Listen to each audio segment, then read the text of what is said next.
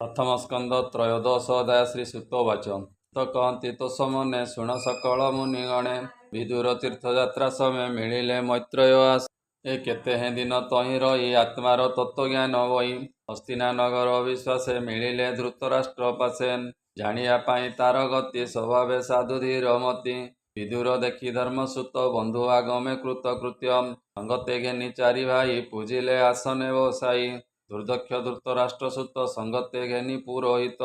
गांधारी द्रौपदी समेते सुभद्रा उत्तरा सहिते आगरे गमुछंती कुंती अन्य सोदर बंधु ज्ञाति पंडुर जेते बंधु जने मिलिले हरस बदने प्राणकु पाई पिंड जेने पुणी उठई दिव्य ज्ञाने सकले मिली तार पासे मिलिले जे जहा विश्वासे अनाई विदुर बदन आनंदे अश्रुजल पूर्ण सकले पूजा विधि करी राजन कर करे धरी विदुर बसाई आसने पासे सुभद्रा बंधु जने तार बदन राजा चाहि आनंदे घेनी चारि भाई से पचारि प्रश्नवाणी कांदिले सर्वलोक शुणी युधिष्ठिरवाच एतात कहुत अग्रते आंब कुशल तोर चिते रण करी तीर्थभ्रमे वन गहने बहु श्रमे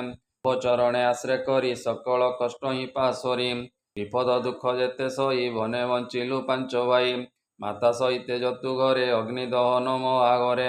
विषभक्षण आदि जेते तो आगे कहबी मु केते अनेक पापर प्रमादु बंचिलु तुम्बर प्रसादु आंब देह दूर करी भ्रमण कलु वसुंधरी उदासी पृथ्वी लक्षणे एकांते बुलु बने बने परिग्राम यात्रा करी ए पथ श्रम कुसहरी भ्रमैलु अवनी मंडले तीर्थ आश्रम पुण्य फले पहर प्राय साधु जेते प्रवेश होई सर्वतीर्थे भ्रमी करती पुण्यसार जहा करते चक्रधर तोर स्वभावे पुण्य देह प्रश्न पचारु तातक जादव संगे वनमाळी सुखे किछंती कुशस्थली ए ताहार भले भल मोर जे हरि शरण सोदर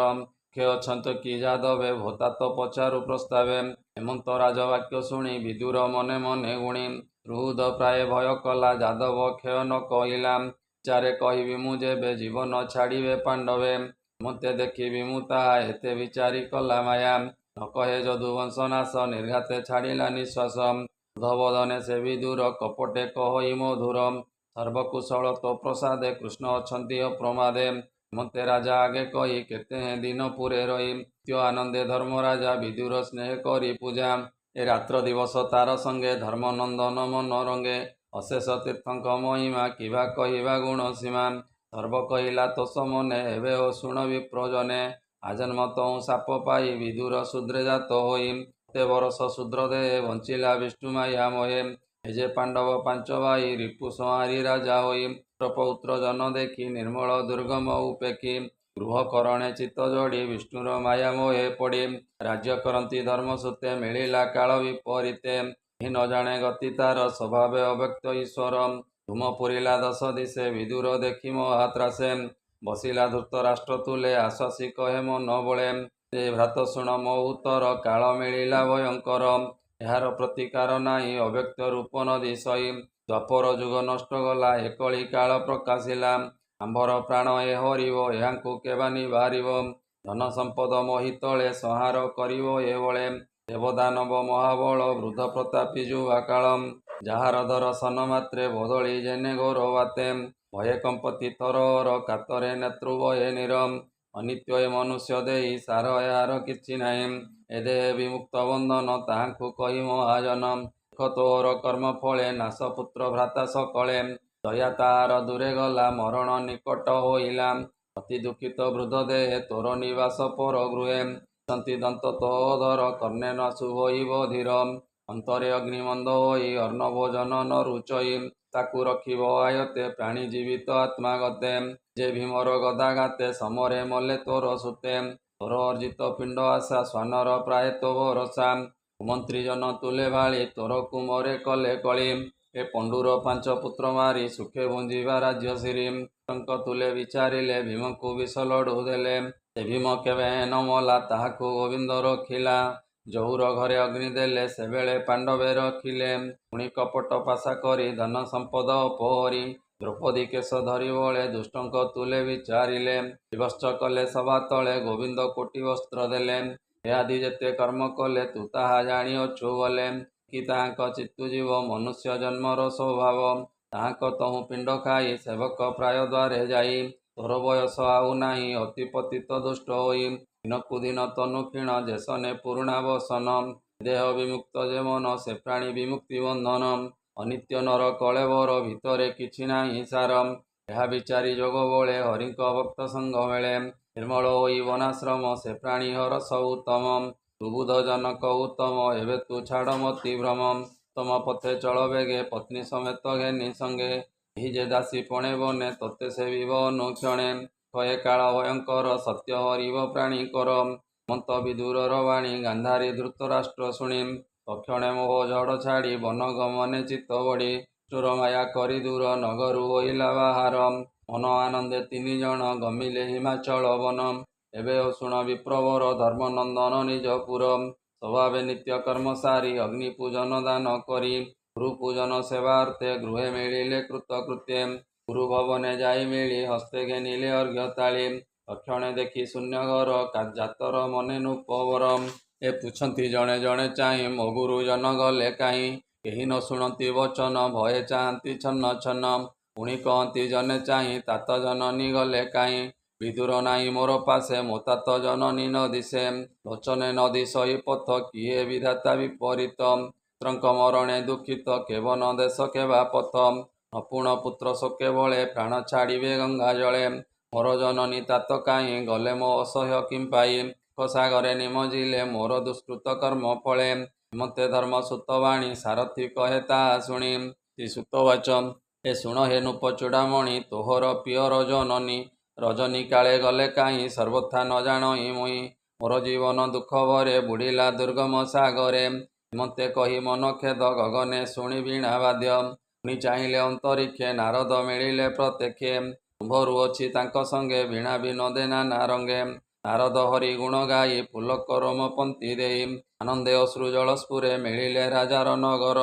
ଦେଖି ସମ୍ଭ୍ରମେ ନୃପମଣି ଆସନ ଜଳ ବେଗେ ଆଣି ମୁନିକୁ ଆସନେ ବସାଇ ବେନି ଚରଣ କରେ ଧୋଇ ଚରଣେ ପୂଜି ବୋଧି ମତେ କହନ୍ତି ନାରଦ ଅଗ୍ରତେ ଭୋ ବ୍ରହ୍ମା ସୁତ ଶୁଣ ତୁମ୍ଭେ ଯାହା ପୁଛଇ କହ ହେବେ ଏ ପ୍ରଶ୍ନ କହ ତୁମ୍ଭେ ବଲେ ମୋ ତାତ ମାତ କେଣେ ଗଲେ ମୋହର କର୍ମ ଦୁଃଖ ଶୁଣ ଭୋମୁନି ତୁମ୍ଭେ ବଲେ ଜାଣ ଗଭୀର ଜଳେ ନାବ ଥୋଇ ନାବିକ ଯେସନେ ପଳାଇ ତେମତ କରି ଗଲେ ମତେ ଅଧିକ କହିବି ମୁଁ କେତେ ଚକ୍ଷୁ ବିହୀନେ ଘୋର ବନେ ଜୀବନ ଧରିବେ କେଶନେ ଯୁଧିଷ୍ଠିରଙ୍କ ଏ ବଚନେ ମୁନି କହନ୍ତି ଅବଧାନେ ନାରଦ ବାଚ ଭନୁ ପଶୁକ ତୁ ନ କର ଈଶ୍ୱର ମାୟା ଏ ସଂସାର ପ୍ରାଣୀ ଭିଆଣ ମାୟା ଯୋଗେ ଖେଳ ଇ ସଂଯୋଗେ ବିଯୋଗେ ଗୋରୁ ନାସିକା ଯେନେ ବିନ୍ଧି ଆକର୍ଷି ଚର୍ମର ଜୁଆନ୍ଦି ଯେନେ ପ୍ରାଣୀ ଭାର ବଏ ଅନ୍ତରେ ଖେଦ ଦୁଃଖ ସହେ ସେ ଦାନ ପଡ଼ଇ ଯେ ମତେ କନ୍ଦୁକ ଚକ୍ରେ ସେଇ ମତେ ସଂସାର ଈଶ୍ୱରର ଇଚ୍ଛା ଏ ଭାବ ପଥେ ଗୁରୁ ଦୀକ୍ଷା ରାଜା ତତେ ହିଁ ନ ଜାଣୁ ସଂସାର ସତ୍ୟ ପ୍ରାୟ ମଣୁ ସତ୍ୟ କି ମିଥ୍ୟା ବେନି ପଥେ ନିଶ୍ଚୟ କର ତୁ ହି ଚିତେ ଅଜ୍ଞାନ ମୋହ ଜଡ଼ ଚିତେ ଏ ଦାନ ଶୌଚ ଦୃଢ଼ ବ୍ରତେ ଯେ ପଚାରୁ ସ୍ନେହ ଭାବେ ଅରଣ୍ୟ କେମନ୍ତେ ବଞ୍ଚିବେ ଏ ଦେହ ପଞ୍ଚଭୂତେ ପଡ଼ି ଅବିଦ୍ୟା କାମ କାର୍ଯ୍ୟ ଯୋଡ଼ି ସଂସାର ଦେହ ନୀତି ଦୁଃଖୀ ଏ କାହିଁ ତୋର ପ୍ରାଣ ରଖି ରୋଗ ଗିଳିଛି ଯାହାକୁ ସେ କାହିଁ ରଖିବ ଆନକୁ ଦେଖ ପ୍ରତ୍ୟକ୍ଷ ନୃପବର ବିଷ୍ଣୁର ମାୟା ଖେଳ ଘର ଯାମାୟା ନ ଜାଣେ ଈଶ୍ୱର କେ ତାହା କରିବ ଗୋଚର ମାୟା ପରିତ୍ରାଣ କାହିଁ ସଂସାରେ ନର ଦେହ ବଇ ବଡ଼ଙ୍କ ଗତି ଦେଖି ସାନେ ସେନା ସେ କ୍ରିୟା ଆନେ ଆନେ ଜୀବ ଜୀବଙ୍କ ଆହାର କେବଳ ଅଟେ ନିର୍ବିକାର ଭାବ ଅଶେଷ ଭାବେ ପୁରୀ ଏକଇ ଆତ୍ମାନର ହରି ଏ ମାୟା କରିପାରେ ଦୂର ଯେ ନିତ୍ୟ ପ୍ରଭୁ ଚକ୍ରଧର ସେ ହରି ନିତ୍ୟ ବିଶ୍ୱରୂପେ ନର ଶରୀରେ ମୋହ କଳ୍ପେ ଭାରା ନିବାରେ ଧନୁ ଧରି ଦୁର୍ଜନ ସମୂହ ସଂହାରି ନିଜ ଜନକୁ ରକ୍ଷା କରେ ହେମନ୍ତେ ସଂସାରେ ବିହରେ ଦେହକୁ ରକ୍ଷା କରି ତ ସେ ଏବେ ବର୍ତ୍ତଇ ଅବଶେଷେ ଯାବତ ଥିବ ଚକ୍ରଧର ତାବତ ତୁମ୍ଭ ଅଧିକାର ଏବେ ଶୁଣ ସାମରଥା ସେ ବିଷ୍ଣୁ ପୁରାଣ ବ୍ୟବସ୍ଥା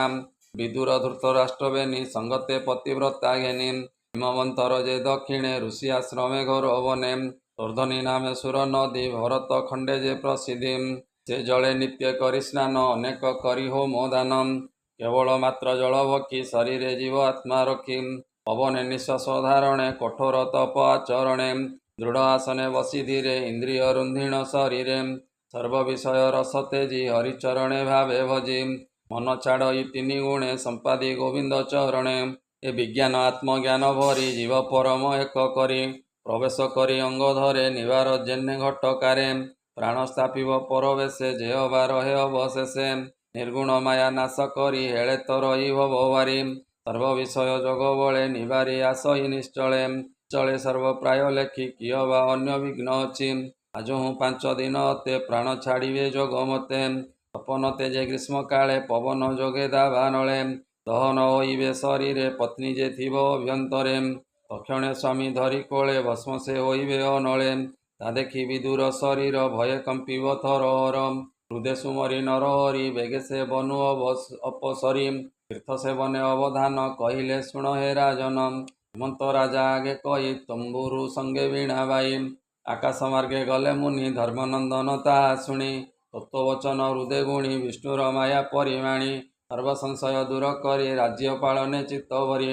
ଅହଇ ବିପ୍ର ଜଗନ୍ନାଥ ସୁଜନେ ଚିନ୍ତ କୃଷ୍ଣ ପଥମ ଶ୍ରୀମଦ୍ଭାଗବତେ ମହାପୁରାଣେ ପାରମହଂସ୍ୟାଂ ସହିତାଂ ବୟାସିକ୍ୟାଂ ପ୍ରଥମ ସ୍କନ୍ଧେ ନାରଦ ଯୁଧିଷ୍ଠିର ସମ୍ବାଦେ ନାମ ତ୍ରୟୋଦଶ ଅଧ୍ୟାୟ। ବୋଲାନନ୍ଦେ ଗବାର ହରି ହରି ବୋଲ।